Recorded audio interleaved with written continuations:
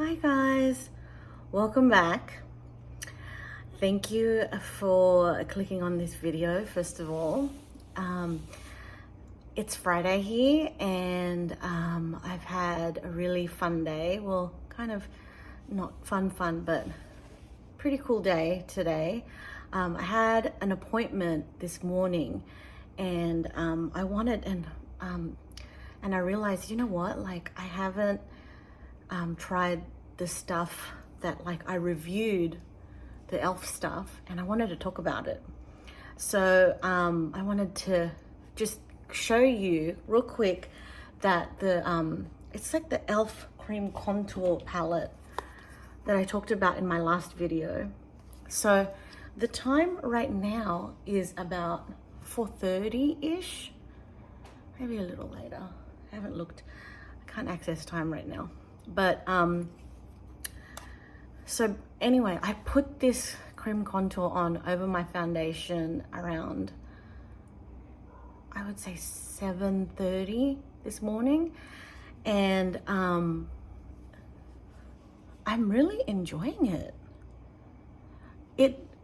And I don't even use powder, so sometimes I do. Like my last video, I did use some powder and I regretted it.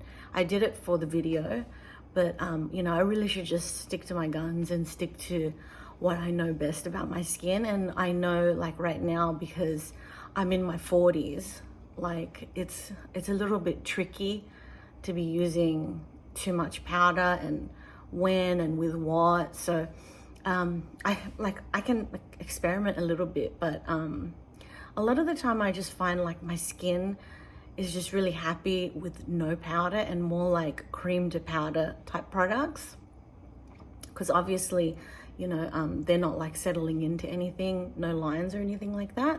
So I just wanted to show you guys, like I've had I put the contour in this morning over my foundation and blended it all together. Actually, I ended up using all the colors, like from dark, medium to lighter colors, to kind of just customize it to how I wanted it to look like.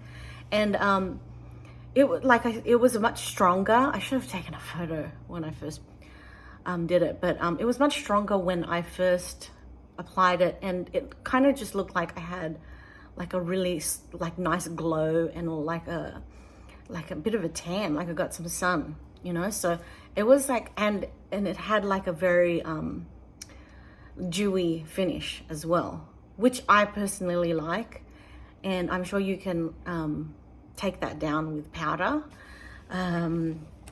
So I had that on today, and then that was at 7:30. At 7:30 I also put on, full disclosure, I put on the Hourglass Ambient Lighting Edit, the Elephant palette, and I put that on, like I just used the kind of more peachy one in the middle, and then I mixed that, like I think maybe like when I got home, like after lunch, I kind of felt like I needed more, so I just put a little bit of like the milk cream blush. I put some of that on, so that's what you can see now. So it's a mixture of that, the e.l.f. contour kit, actually. This, my favorite, obviously, that's the foundation I use, the Misha Perfect Cover BB Cream, and the contour kit, cream kit, and my favorite concealer, the Il Makiage. What is it called?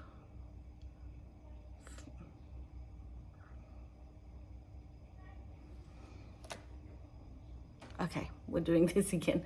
You know, I need to like put on my glasses because I can't see these tiny little writings. Okay, so anyways, it looks like that. The Il Makiage concealer. So I use that, and I think I had some gloss on, but I had tacos for lunch, so that's gone. Also, yes, forgot. I had on the Dior eyeshadow, which I put on in the car real quick, and some eyeliner as well, just like the Hourglass eyeliner. It was more dramatic earlier, but I didn't even put on like an eyeshadow primer or anything. I just went straight on, you know, and I didn't want to be too fussy, you know, because where I was going, it's not like a glamour thing or anything. But I had that on, and then I think I must have used this middle one. Oh, no. I used this one. And I was so excited by it. It's like a kind of a caramel matte color. So actually I didn't. I think I ended up not using any of the shiny ones, just matte, but that's just like my natural kind of moist, like kind of oiliness. I have oily eyelids on my eyes. So that worked out really, really well. I feel like it kind of like faded beautifully. And you know, back in the day, like when I was like first into makeup a long time ago, and when I was like buying like a lot of like the designer stuff, like the Dior and stuff like that, like the eyeshadows weren't that great, to tell you the truth. Back then, like this is like early to mid 2000, the eyeshadows that really were like, you know, hitting the ball out of the park were the MAC eyeshadows, I remember. So nothing back then and could really compete with MAC. But now, I mean, it's every man for himself. Literally, like in the drugstore, you can find super comparable, like high-end products. And now, like, I mean, the big boys have had to keep up, you know? So I would say, you know, like this kind of palette, you know, back in the day, you would just kind of buy it because it was like fun to look at, you know? And, you know, then you would kind of regret it and be like, oh, I should have just stuck to my like basics. But now they are like becoming staples, I feel like, and probably maybe not just now, but probably the last like, I don't know, 5 to 10 years, probably like they've really like amped up their quality. So anyways, I'm going on. I wanted to also talk about my skincare. I feel like it's really important. I'm in my 40s. I'm not going to say right now exactly where in my 40s, but I did a lot of experimenting during the pandemic. Like everybody was either baking, exercising, or, you know, doing a ton of skincare. I was doing some exercising and some pigging out of chocolate, and also a ton of skincare. Now what I learned a lot, and I kind of gave up on like the high-end stuff for a little bit. I was like, La Mer is not cutting it for me anymore. Like I need to find something that actually works. And so, you know, after like tons of experimenting with Korean skincare, I found that it was like the one thing that really works for me. In addition to, like, I have full disclosure, in addition to doing a few laser facials, which is basically, I guess, using like the esthetician I used to go to, she would use 2 types of lasers. And basically, from my understanding, my very limited, like there was like something called Clear and Brilliant, and then another thing called, oh, there was 2 kinds, I can't remember, but she would use it on me, and that, I feel like that took off like years of dead skin off me. She did like, oh, also I did microdermabrasion as well with her. But it's been a while. It's been a hot minute since I've at one point I was like very loyal, and I was going like, you know, every like 4 to 6 weeks. And then we moved to a new apartment, and it was just not convenient to be making appointments out in that neck of the woods. So I kind of tried to figure out different shortcuts on how to get the same results at home. And I was kind of successful, I think. But I think, the initial, usage of like a medical esthetician really jump-started my skincare into my 40s, and just like really, I guess the products like absorbing better into my skin. So right now I'm using all like Korean, almost all completely Korean skincare, almost all. And I wanted to talk about what I'm using, but I also, what I'm using and what I plan to use, what I plan to experiment with. Right now, the one cleanser that is working for me, is the Klairs Rich Moist Foaming Cleanser. And first I take off my makeup with this, this is Japanese. This is the Bifesta Micellar Cleansing Sheet. This is like, you can get this at any like kind of Asian supermarket. You can get it on, I get it on Amazon, because unfortunately my Asian supermarket is not that convenient to where I live. But if I do happen to go past one, I pick up my packet.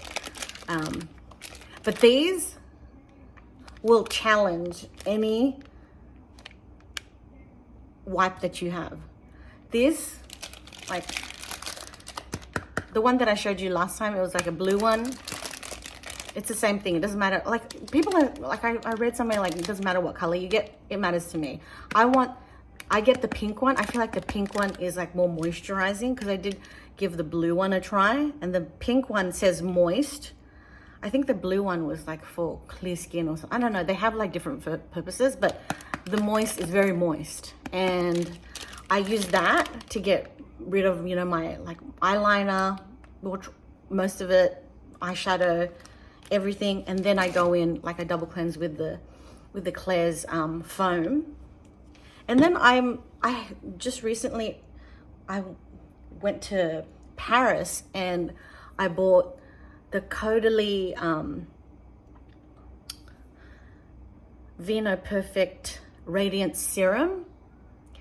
And the reason why I was excited about it at first was I wanted to really fade some of my like sunspots and hyperpigmentation.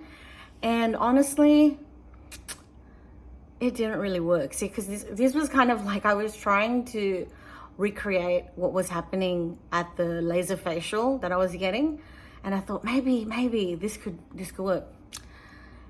It sucks that it didn't work. It's very moisturizing. However, I did use it this morning, and I use it every day. I've been using it every day since December, and I'm almost out, so I can tell you. Well, I'm 2/3 down, right? So I can tell you honestly, it's just it moisturized me. That's basically what happened. And then the next product that I use is I started using, I don't know what, I can't even remember what moisturizer I was using before December, but this is the one that I started using from Paris. And you can get this on Amazon as well. It's the Nuxe Riche Multi-Purpose Nourishing Oil Face, Body and Hair. And it smells gorgeous, and it goes gorgeous on. And really, like, it does the job in terms of like, if you're not, like, my skin is very dry. This helped me, kind of, right? And it was good. But it's not like, it wasn't like a standout product or any like event, like, I can't even explain myself. I guess what I'm trying to say is it moisturized me, but I wish it moisturized me more. So that's what I mean. Okay, I don't know if you understand what that means, but I am now willing to try the Klairs, which I got a couple of days ago, and I tried last night was the first time I tried it. Rich Moist Soothing Cream. And actually, it was cool. It was really moisturizing, and it did, like, I woke up and I was like, okay, something happened. Something happened. And I didn't use my oil, you know, my trusty oil, because I feel like the oil, it gives you an illusion of like, oh, it's oily, it must be moisturizing. But also I feel like I'm in my apartment, I feel like we have really dry air here. So I think it tends to dry me out a little bit. And then I go in, I always go in with this Innisfree Psycho Balm.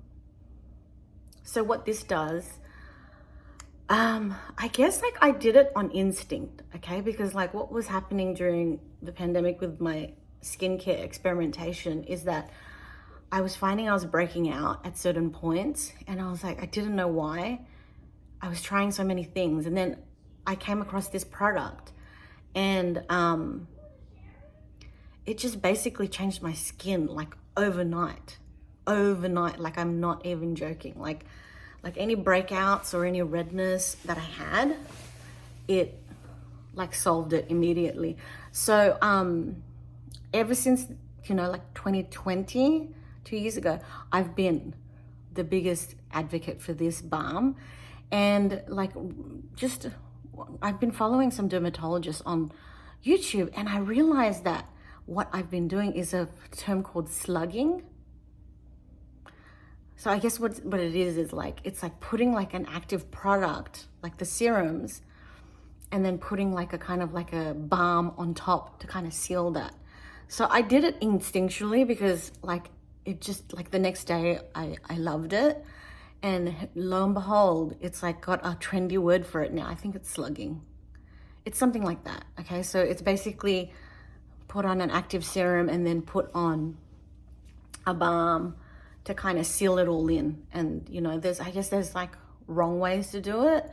I just happened to stumble upon the right way to do it for my skin.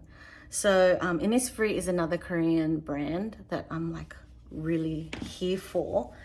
And so yeah, those are the Korean brands that I was, oh, and also I totally forgot that how moisturizing are the whole, like the concept of, what is it called? This is called a lip sleeping mask, okay? This is a lip sleeping mask by Amore Pacific, but it's like the BTS, the Korean pop group, which is my favorite, and I'm not gonna get into it, not right now, because I don't want to scare you, but they are my favorite. That's the reason why I bought it, but I forgot, like I have used this like kind of on and off and really didn't pay attention, but I woke up with the most juiciest lips today. Like I was like, how did I forget about the sleeping mask? And apparently Laneige has some really good sleeping masks, so lip sleeping mask. So it's basically, I'll show you, this is like a gummy bear flavor, and it's basically like I guess like a jelly, but moisturizing, like a jelly kind of feeling, but like not like more like a oily consistency than let's say Aquaphor, but it smells delicious. So I use that as my skincare. I've tried to start, like I said, I've been trying like shortcuts because I stopped doing my laser facial, and I've come across some like mistakes basically, and I found this by accident just looking up all the Target products in the reviews, and this had like something crazy like 1,500 or 2,000 reviews or something, and people were raving about it. It's the Pixie Glow Tonic, and basically it's like an exfoliating liquid, and you know, people were saying, oh my god, like, you know, my discoloration is gone, my acne is gone. So like you know, I get sucked into that really quickly, you know, and I quickly snatched it up after reading those videos. But so yes, guess what? The first night I did it, I woke up like a princess. My skin was glowing, okay? Then my mistake, I think, was I kept on doing it. I should have waited a week, because this stuff is intense. Like, the whole reason why you're glowing after it, it's like dissolving like a whole bunch of